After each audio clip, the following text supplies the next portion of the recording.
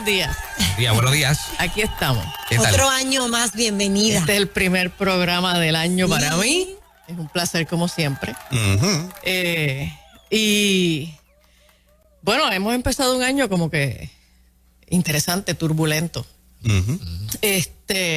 Yo ya no escucho con tanta frecuencia estas proyecciones de prosperidad, de un año bueno y ese tipo de cosas. O sea, ya los puertorriqueños nos estamos acostumbrando a que, ¿qué traerá este próximo año? El año pasado no fue bueno y el próximo no sabemos cómo va a ser. ¿Okay? Así que esta actitud así optimista que nosotros como pueblo solíamos tener se ha ido apagando bastante. Y con razón. O sea, no es que no hayan razones para explicarlo. Pero hoy yo quiero tratar de traer a los creyentes al contexto de nuestra vida, de nuestra función como creyentes aquí en la tierra, en un mundo sumamente turbulento, ¿no? Y para eso quiero solo tratar de definir de manera muy breve qué cosa es ser cristiano. ¿Qué es lo que la Escritura nos dice del significado de lo que es ser cristiano? En Puerto Rico, del siglo pasado hacia acá, nosotros vemos que la palabra cristiano era una expresión de respeto. Mira, no hable malo delante de que este es cristiano. Uh-huh. No, fulano es una persona, muchacho, soy cristiano. Uh-huh. Y entonces decirnos cristiano era ponernos un sello de garantía, de excelencia. Esta persona tiene unos valores, unas conductas que representan algo bueno porque es cristiano. Pero al paso de las décadas nos hemos encontrado con el fenómeno de que decir que tú eres cristiano a veces es como un problema y la gente ya ni siquiera se quieren atrever a decir yo soy cristiano. Yo recuerdo cuando yo entré a la universidad en 1980 a la UPI en Río Piedras, cuando tú entras como prepa en la UPI, yo entiendo que todavía, ¿verdad? Porque estos currículos siguen siendo como que los mismos por los siglos de los siglos. Pues tú tienes que enfrentar unas clases de ciencias sociales y de humanidades en unos entornos bien hostiles al cristianismo.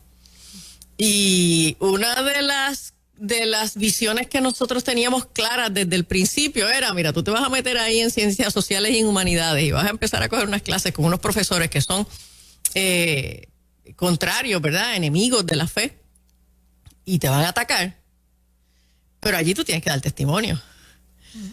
Y era como una obligación tú asegurarte de que ibas a llegar a esas clases, número uno, con la disposición de ser un mártir en tu salón, de hacer el ridículo, de que te hicieran bullying por tu fe, pero segundo, con la capacidad de presentar defensa, de presentar argumentos de tu fe.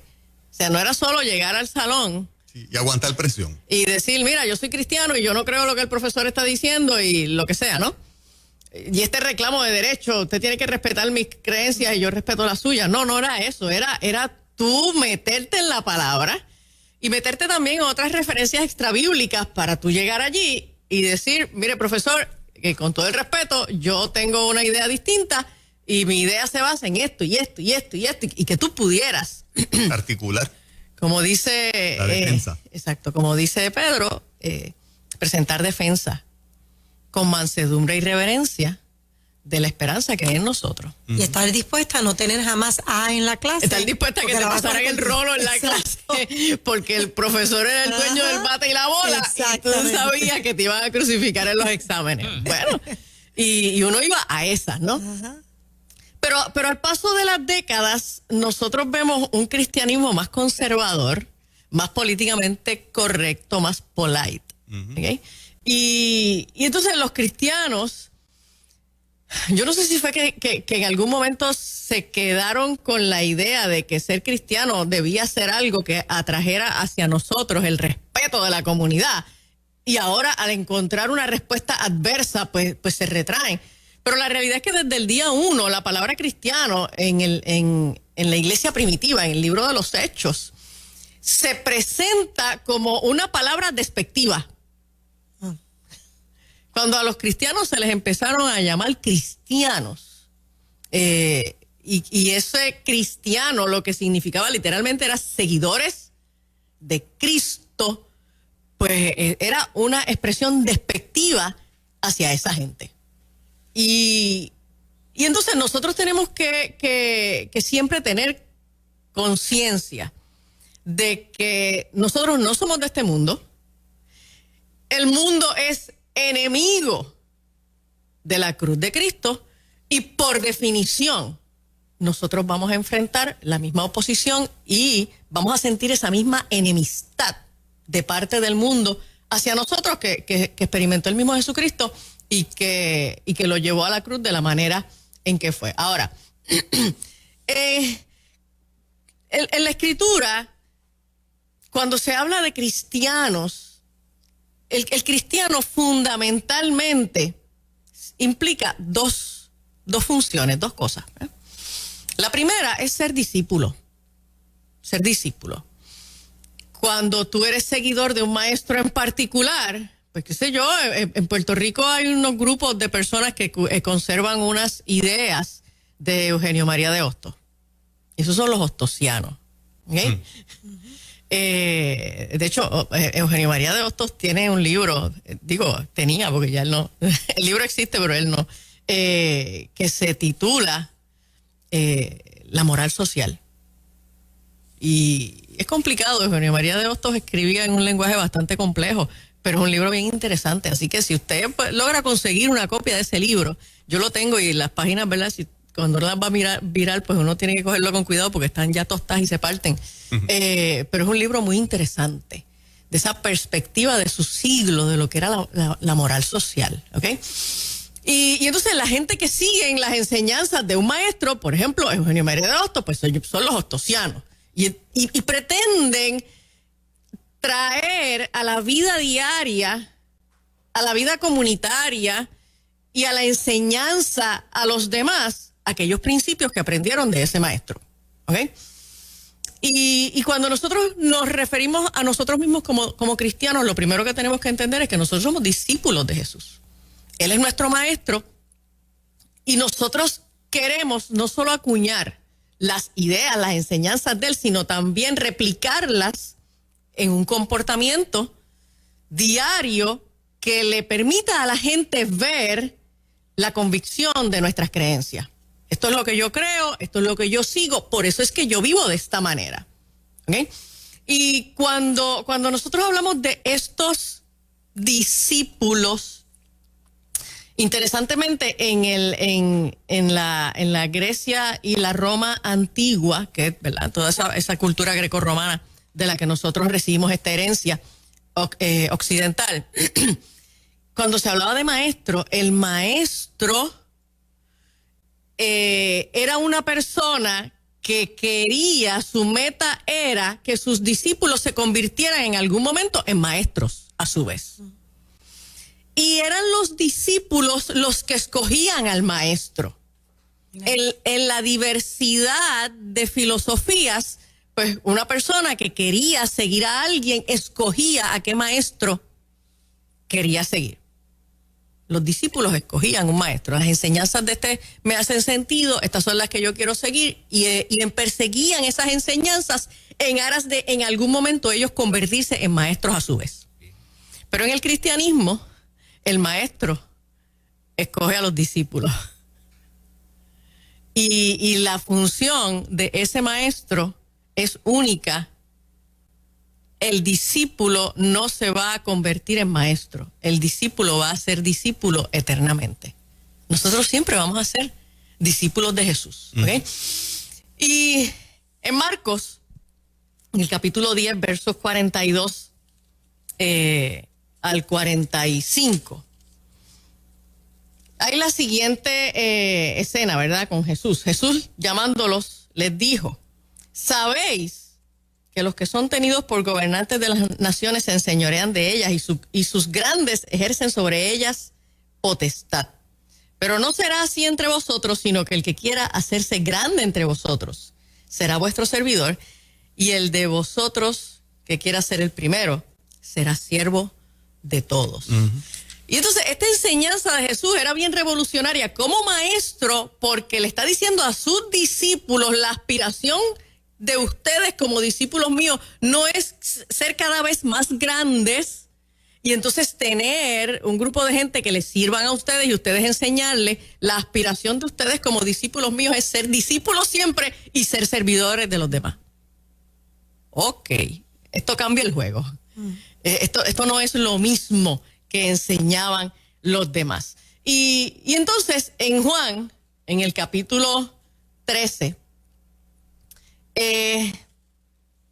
Jesús les hace la siguiente declaración. Porque ejemplo os he dado para que como yo os he hecho, vosotros también hagáis. Y Jesús fue servidor. Jesús se dedicó a servir. La escena probablemente más dramática del servicio humilde de Jesús fue cuando lavó los pies de sus discípulos, incluyendo aquel que lo iba a entregar. Y entonces cuando nosotros tratamos de contextualizar a nuestro Puerto Rico del siglo XXI, estas enseñanzas de nuestro maestro y cómo nosotros nos visualizamos como siervos de él y como discípulos, tenemos que llegar a la conclusión, entre muchas conclusiones, pero la que quiero destacar hoy es esta. Ser cristiano y ser discípulo, ser siervo del Señor, no tiene que ver con tu poder proclamar o comunicar un mensaje, una enseñanza. Tiene que ver con tu poder aplicar a la vida práctica unos fundamentos de vida que son fundamentalmente el servicio a los demás. Usted puede predicar por internet, pero yo no entiendo cómo podemos servir a los demás por internet. O sea, yo puedo predicarle el evangelio a alguien, puedo hacer una oración por alguien, por una videollamada, pero no le puedo poner las manos, no lo puedo ungir con aceite, ¿Puede abrazar? no lo puedo abrazar, no le puedo lavar los pies. ¿Okay? Si es una persona enferma y en necesidad, no le puedo echar la comida en la boca, no puedo ir a afeitar a un encamado a través del teléfono. Y con esto lo que estoy queriendo decir es, y es algo que ya yo he mencionado en muchas ocasiones, la evidencia nos está demostrando a nosotros que las consecuencias más graves que nosotros estamos enfrentando durante este último año con relación al COVID no tiene que ver con el contagio del virus, tiene que ver con las cuarentenas, tiene que ver con los lockdowns. Y la manera como estos cierres han provocado consecuencias inimaginables que vamos a arrastrar por décadas en tres áreas fundamentales: la economía, la educación y la salud mental. La iglesia no puede seguir pretendiendo que va a ser una función en la tierra a través de la internet, de lejito, ¿verdad? Tocando a la gente con una vara larga. No. Interesantemente, entre las muchas lecturas que yo he hecho durante este tiempo relacionado con este asunto de las pandemias y las epidemias, en un momento me saltó a la vista porque traté de ver en la historia, ¿verdad?, estas epidemias grandes, estas pandemias, perdón, y me encontré con que los servidores, esos llamados primeros respondedores, que ahora nosotros le hemos puesto ese nombre. La palabra respondedor no existe en el español, es un disparate, pero bueno. estos primeros respondedores, esta gente que servían a los enfermos y exponían sus vidas en las epidemias a lo largo de la historia, no eran los profesionales de la salud, eran los religiosos. Ay. Duele. Señor, cógenos confesados. Eran los religiosos. Los que decían llamarse cristianos. Exacto, los que decían llamarse cristianos. No había que ser un médico ni No había que ser un médico ni había que ser una enfermera. Ah. De hecho, la enfermería surge de grupos de religiosas que se dedicaban a cuidar enfermos aún a riesgo de sus propias vidas. Y por así decirlo, el grupo de atención primaria, de ayudadores o de respondedores que más morían haciendo esta función de cuidar a otros en las epidemias alrededor de la historia, eran los religiosos. Daban sus vidas. Bueno, ahí tenemos los menonitas, ¿no? Que yo tengo un vínculo especial con ellos. Y que nació de esa manera. Misioneros que se entrenaron como enfermeros y como médicos al final para servir a través del evangelio. Entonces se encontraban con que en algunos lugares removían a la gente. Hacían, ¿verdad? Pues mira, hay una epidemia en tal sitio, vamos a sacar a todos los que están saludables y todos los que están enfermos hay que dejarlos ahí en esta ciudad. Y muchos religiosos decían, no, yo estoy saludable, pero yo no me voy a mover de aquí. Y yo me voy a quedar a cuidar a esta gente. Y si me contagio, me contagio. Y si me muero, me muero. Pero yo me tengo que quedar aquí. Era un compromiso inquebrantable basado en la enseñanza de Jesús. Correcto. De servir con amor incondicionalmente. Exacto. De que estuviéramos dispuestos a poner nuestra vida por otros de la misma manera que Jesús puso su vida por nosotros. Y entonces nosotros ahora como iglesia hemos acuñado el valor de la prudencia y el valor del miedo. Y si tú no le tienes miedo al COVID, pues entonces tú estás mal. Como una virtud, ¿no? Sí, es una virtud. O sea, ¿tú le tienes miedo al COVID? Ah, pues tú eres de los míos. Pero si tú no le tienes miedo al COVID, échate para allá y tú estás mal y tú eres imprudente y tú eres irresponsable. ¿Ok?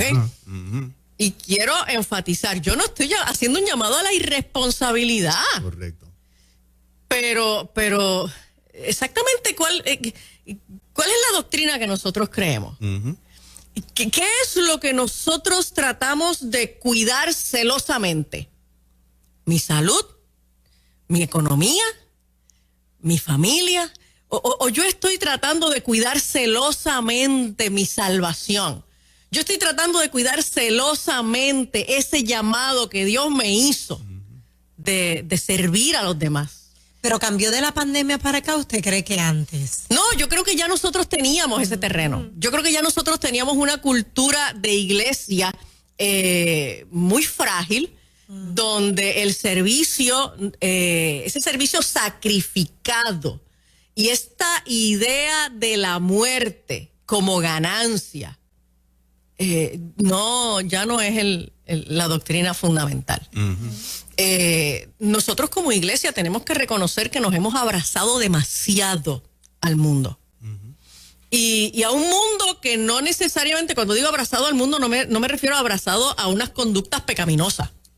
No, a las cosas buenas del mundo. La familia es buena. Tener un trabajo y tener una casa y poder pagar tus cuentas y ser responsable en tu comunidad.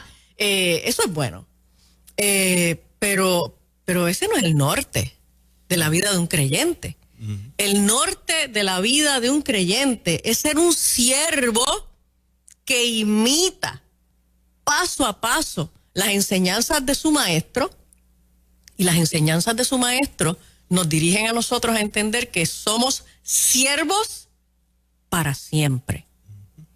Mira qué interesante, yo no me había dado cuenta, este pasaje que aparece en Apocalipsis 22, ya está en la última página de Apocalipsis, así que después de esto lo que viene son los mapas. Y sí, después de esto lo que viene son los mapas. Y en Apocalipsis 22, del 1 al 5, dice: Después me mostró un río limpio de agua de vida, resplandeciente como cristal, que salía del trono de Dios y del Cordero. En medio de la calle de la ciudad y a uno y otro lado del río estaba el árbol de la vida, que produce 12 frutos, dando cada mes su fruto, y las hojas del árbol eran para la sanidad de las naciones. Y no habrá más maldición, y el trono de Dios y del Cordero estará en ella, y sus siervos le servirán. O sea, cuando usted se pregunta, ven acá, ¿qué yo voy a hacer en el cielo por la eternidad? Pues servir a Dios. Yo no sé cuál va a ser el servicio. Yo no sé si el servicio va a ser solo la adoración. Yo no tengo idea, no me lo explicaron.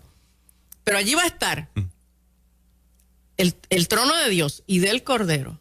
Y entonces allí van a estar sus siervos sirviéndole. ¿Ok? Y termina diciendo, y verán su rostro, y su nombre estará en su frente, y no habrá allí más noche, y no tienen necesidad de luz de lámpara, ni de luz del sol, porque Dios el Señor los iluminará y reinarán por los siglos de los siglos. Amén. ¿Cuál es nuestra esperanza? Uh-huh. Yo no le estoy llamando a usted a que se vaya a contagiarse intencionalmente. Yo no le estoy llamando a usted a que sea irresponsable. Mire, pues lávese las manos, póngase la mascarilla, etcétera, etcétera. Si tiene síntomas, quédese en su casa. Si sus síntomas empeoran, vaya al médico. O sea, toda esta cosa ya la sabemos. Y seguimos insistiendo en que es importante que usted lo haga. Uh-huh. Pero hay que salir.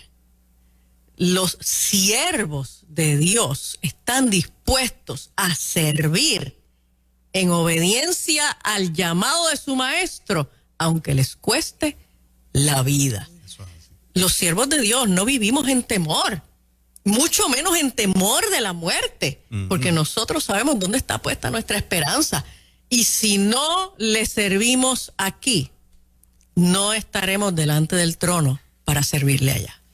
Es tan importante, Angie, porque nosotros hoy tenemos al virus, el coronavirus, como la amenaza. Pero en otro momento la pandemia fue el mero mensaje del evangelio. Para la iglesia de Hechos, la amenaza no era un virus mortal. La amenaza era el Estado que le decía a los cristianos, cállense, no hablen en el nombre de Cristo, ya se acabó.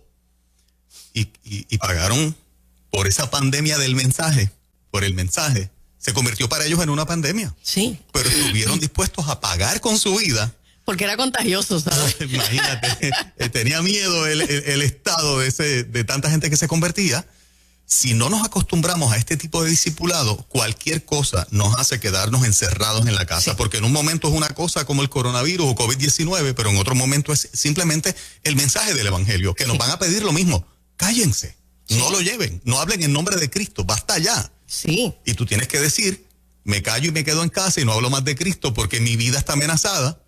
O continúo predicando para que otros vengan al evangelio, que en el mundo de posibilidades, en el futuro, puede volver a pasar. De hecho, estas olas de enfermedades eran las que abrían la posibilidad a los creyentes para predicar el evangelio a aquellos que estaban a punto de morirse, porque los demás huían para proteger sus propias vidas. Yo tuve la oportunidad de dedicar años de mi vida al servicio a los demás cuando inició la epidemia del SIDA. Empieza alrededor de mediados de los 80. Y en ese momento, ya para el 86, 87, estábamos trabajando directamente en las comunidades con los pacientes de adicción que tenían VIH y SIDA. Y para aquella época, pues la gente se moría. Era una sentencia de muerte. Era una sentencia de muerte. Y no había tanta información acerca de cómo se contagiaban. Y sí se sabía que a través de la sangre y otros fluidos corporales. Entonces nosotros nos metíamos en los puntos de droga y encontrábamos a estos pacientes todos llenos de llagas. Y una de las cosas que nosotros hacíamos era, pues le llevábamos comida, los recortábamos, habilitábamos algunas duchas, ¿verdad? Que en donde ellos pudieran darse un baño, y les limpiábamos las llagas de los brazos, de las piernas, y con nada más allá que solo unos guantes desechables y un kit rústico de curetaje de heridas. Y en aquellos momentos, a veces nosotros llevábamos pacientes a las salas de emergencia, y en las salas de emergencia los médicos, las enfermeras no se querían acercar a ellos, no los querían tocar. Nosotros los tocábamos, nosotros los bañábamos, nosotros les limpiábamos las heridas, nosotros los montábamos en nuestros carros. Uh-huh. y sin saber exactamente cuál era el alcance, ¿verdad?, de ese virus y cómo se contagiaba. Nosotros los llevábamos a los hospitales, los visitábamos, los atendíamos, y nosotros queríamos estar allí porque sabíamos que esa gente tenía sentencia de muerte, meses, un año, un par de años como mucho. Y en el momento en que ellos se murieran, nosotros queríamos estar seguros de que su vida iba a estar guardada para la eternidad con Cristo en Dios. Así es. Y nosotros sabemos, las personas que trabajamos durante esos años en estos ministerios, sabemos que el día que lleguemos nosotros a la presencia de Dios, nos vamos a encontrar con mucha gente que nos van a decir, mira, ¿tú te acuerdas que nos vimos? Qué lindo. Mira, pues yo soy aquel que vimos morir mucha gente. Sí, vimos morir mucha gente. Gente que nadie quería tocar, ni siquiera los profesionales de la salud. Y nosotros los bañábamos, y nosotros los abrazábamos, y nosotros los cogíamos al hombro, y nosotros cuidamos de ellos, aún a riesgo de nuestras propias vidas. Uh-huh. Yo recuerdo en una ocasión, yo llevé a una bebé a una pediatra, y esta bebé había nacido con VIH. Y la bebé estaba enferma, por eso la llevé al pediatra. Entonces, cuando llego... cuando ya la pediatra la va a ver y la tengo allí en la camillita de la pediatra, pues la bebé hizo su gracia en el pamper y había que cambiarla. Y entonces, de momento, yo agarro el bultito que yo tenía y saco otro pamper y saco unos chops y le meto mano, y empiezo a limpiarla. Y la pediatra estaba como a 20 pies de distancia y no se quería ni acercar. Wow. Y cuando se acercó a regañarme. No vuelva a hacer eso. Usted no sabe el riesgo que usted corre. Usted no puede cambiar esa bebé de esa manera. Ok. Señores, Dios nos llamó a nosotros a ser discípulos eternos de nuestro Maestro y a vivir como Él, a ser siervos y a estar dispuestos a poner nuestra vida en riesgo. Uh-huh. Porque, anyway, más tarde o más temprano, esto se acaba. Así es. Cristo no murió para que nosotros pudiéramos tener una buena vida aquí. Uh-huh. Cristo murió para que nosotros pudiéramos tener eternidad con Él. Así es. Qué hermoso. Poderoso. Tremendo mensaje. Poderoso. El servicio. Que nos mueva y que recuperemos. Porque aún con el COVID, la gente se ha aguantado. No podemos hacer nada. Yo toda la semana salgo a servir, con o sin COVID, porque yo sé quién está conmigo. Sí. Y yo sé que, claro, uno toma unas medidas, quizás ya no es de la misma manera que lo hacíamos antes, pero el servicio no se ha suspendido. El servicio no se puede suspender. Porque si no hemos suspendido comer, dormir, hacer unas actividades diarias, ¿por qué tengo que suspender darle vida a otros? Porque se trata de darle vida a otros. Eso es así. Con todas las precauciones, Eso ¿verdad? es así. Yo me cuido a los míos, pero no me limito. Ajá. Sigo haciendo hoy lo que el Señor hace 40 años me ha pedido que haga. Uh-huh. Y pues, y si perecemos, que perezcamos. Exacto. Si como quiera. Amén. Si como quiera, lo único que nosotros tenemos seguro en la vida es la muerte. Así es. Alguien dijo en una ocasión, dile algo a alguien y puede que lo olvide. Haz algo por alguien y puede que nunca lo olvide. Y eso es cierto, ¿sabes? Uh-huh. Marca vidas. Doctora, ¿hay espacio si alguien necesita hablar con usted? Sí, señor. Me consiguen para servicios psicológicos en el 787-613-5908, 613-5908. Qué bueno. Gracias, muchas bendiciones. Vamos a escuchar esto que se llama la historia